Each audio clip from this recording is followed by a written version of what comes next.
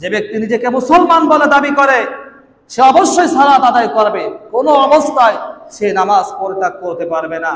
নামাজহীন ইমানের দাবি করা ভিত্তিহীন। অনেক মানুষ বলে থাকে আমার তো ইমান ঠিক আছে, নামাজ না পড়লে কি হবে, এই তো আমি দান সৎকার করি, সামাজিক উন্নয়নে সহযোগিতা করি, এতিম মিসকিন বিধবা এদেরকে আমি সহযোগিতা করি, নামাজ না পড়লে আমার কি হবে, আমার ইমান ঠিক আছে। ইমান কি তার ঠিক আছে বলেন? নামাজ না পড়লে কি ইমান থাকবে? ইমান থাকবে না। ইমান গ্রহণ করার পর সর্বপ্রথম দাবি হচ্ছে কি? নামাজ আদায় করা। নামাজ না পড়লে তার ইমান থাকবে না। আল্লাহ রাব্বুল আলামিন সেই কথা সূরাতুল বাকারার শুরুতে বলেন, আল্লাযীনা ইউমিনুনা বিল গায়বি ওয়া ইউকিমুনাস সালাহ। আল্লাহ তাআলা বলেন যারা নাকি অদৃশ্যকে বিশ্বাস রাখে, অদৃশ্য হচ্ছে আল্লাহ পাক, জান্নাত জাহান্নাম এর কোনো কিছুই আমরা দেখতে পাই না, কিন্তু আল্লাহ রাব্বুল আলামিন এর হাবিবের মাধ্যমে আমরা জানতে পেরেছি। এই কারণে আমরা বিশ্বাস করি অদৃশ্যকে, জান্নাত জাহান্নাম বিশ্বাস করি।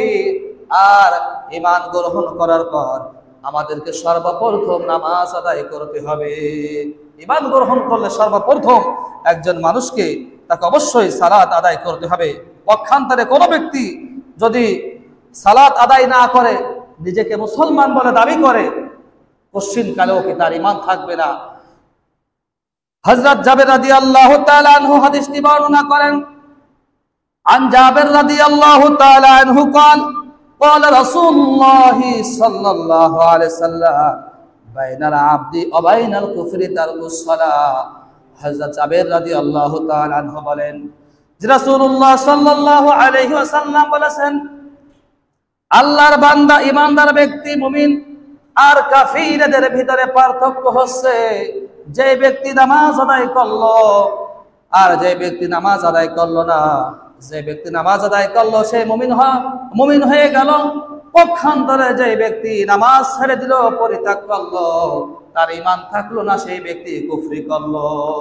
আল্লাহর বান্দা ঈমানদার আর কাফের এদের ভিতরে পার্থক্য হচ্ছে কি? নামাজ পড়লে ঈমান থাকবে, আর নামাজ না পড়লে তার ঈমান থাকবে না। বিশ্বনবীর হাদিস। আরেকটি হাদিসে বিশ্বনবী সাল্লাল্লাহু আলাইহি ওয়াসাল্লাম বলেছেন, আল আহাদুল্লাযী বাইনানা ওয়া বাইনাহুমুস সালাহ ফামান তারাকাহা ফাকাদ কুফরা। যে বিশ্বনবী সাল্লাল্লাহু আলাইহি ওয়াসাল্লাম বলেছেন, আমাদের মধ্য আর তাদের মধ্যে যে চুক্তি বা শর্ত সেটি হচ্ছে নামাজ। যে ব্যক্তি নামাজ ছেড়ে দিল সেই ব্যক্তি যেন কুফরি করলো, তার ঈমান থাকলো না।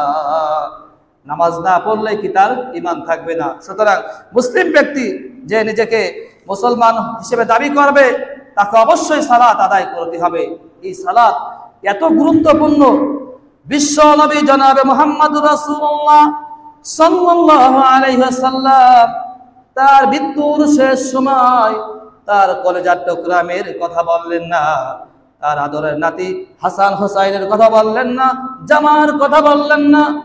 বিশ্ব নবী সর্বশেষ তার অন্তিম সজ্জায় সর্বশেষ তার মুখ থেকে যে কথা বলেছিলেন, হযরত উম্মে সালমা রাদিয়াল্লাহু তাআলা আনহা সেই হাদিসটি বর্ণনা করেছেন। আন উম্মে সালমা রাদিয়াল্লাহু তাআলা আনহু قالت كان من آخر وصية رسول الله صلى الله عليه وسلم الصلاة وما ملكت أيمانكم।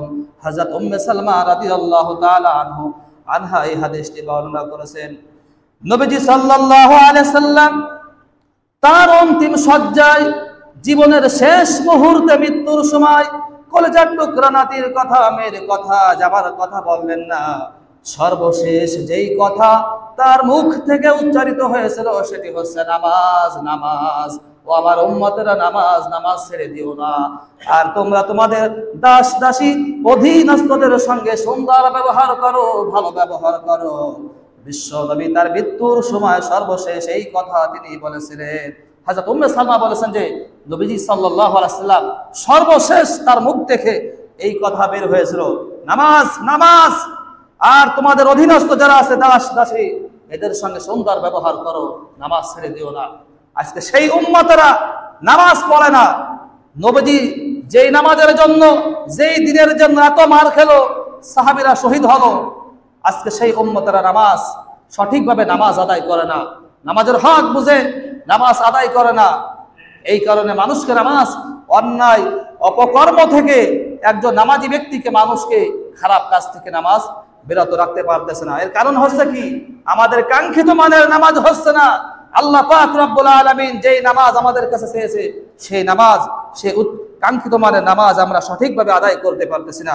বিশ্ব নবী সাল্লাল্লাহু আলাইহি সাল্লামের উপর যখন আয়াতে কারিমা নাজিল হলো, আনজির আশীরাতাকাল আকরাবিন, নবীজি তার আহলে বাইতদেরকে ডেকে বললেন, ও আমার কলিজার টুকরা মেয়ে ফাতেমা, ও আলী, ও হাসান, ও হুসাইন, আল্লাহ রাব্বুল আলামিন আমার উপর এই মাত্র আয়াতে কারিমা নাজিল করেছেন, আর আমাকে তোমাদেরকে সতর্ক করতে বলেছেন যে তোমরা তোমাদের প্রত্যেকের নিজের নিজের আমলকে ভালো করো।